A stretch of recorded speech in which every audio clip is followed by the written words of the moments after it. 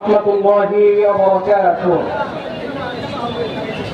إن الحمد لله والصلاة والسلام على رسول الله أما بعد فأعوذ بالله من الشيطان الرجيم. بسم الله الرحمن الرحيم. إن الله يحب الذين يقاتلون في سبيل الله صفا كأنهم بنيان مرصوص. صدق الله العظيم.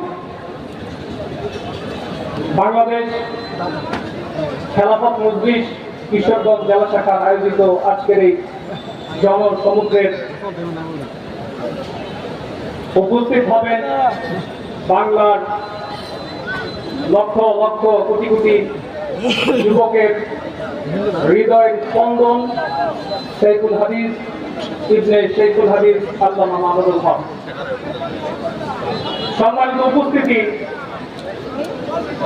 আপনাদেরকে আজকের এই জনসমুদ্রে অত্যন্ত গভীরভাবে স্মরণ করতে চাই শাপলা চত্বরের শহীদদেরকে। যেই শাপলার শহীদদেরকে বিগত 15 বছরে আমরা স্মরণ করতে পারি না। শ্রদ্ধার সাথে স্মরণ করতে চাই আমাদের আধ্যাত্মিক রাহবার আল্লামা আহমদ শফীকে। আজকে আমাদের মধ্যে নাই।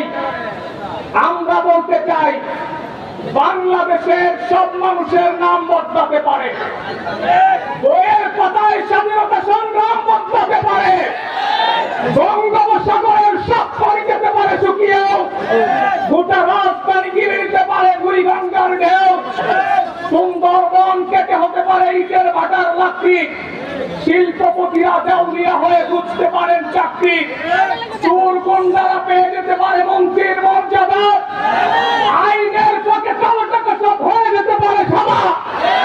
অনেকেই বলে এই দেশ নাকি হুজুকে জাতির দেশ, দফায় দফায় বদলায় এর বন্ধন পরিবেশ, তাই বলে এই দেশে কি ইসলাম হুজুকে হয়ে যাবে শেষ?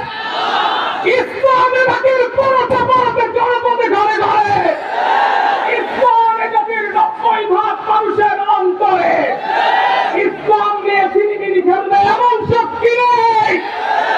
আর কিছু থাক না থাক, এতে ইসলাম থাকবে, সব কিছু বদলে যাক, এতে ইসলাম থাকবে।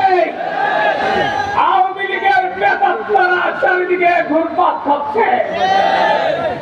আপনাদের কি মনে হয়? আপনারা নাই?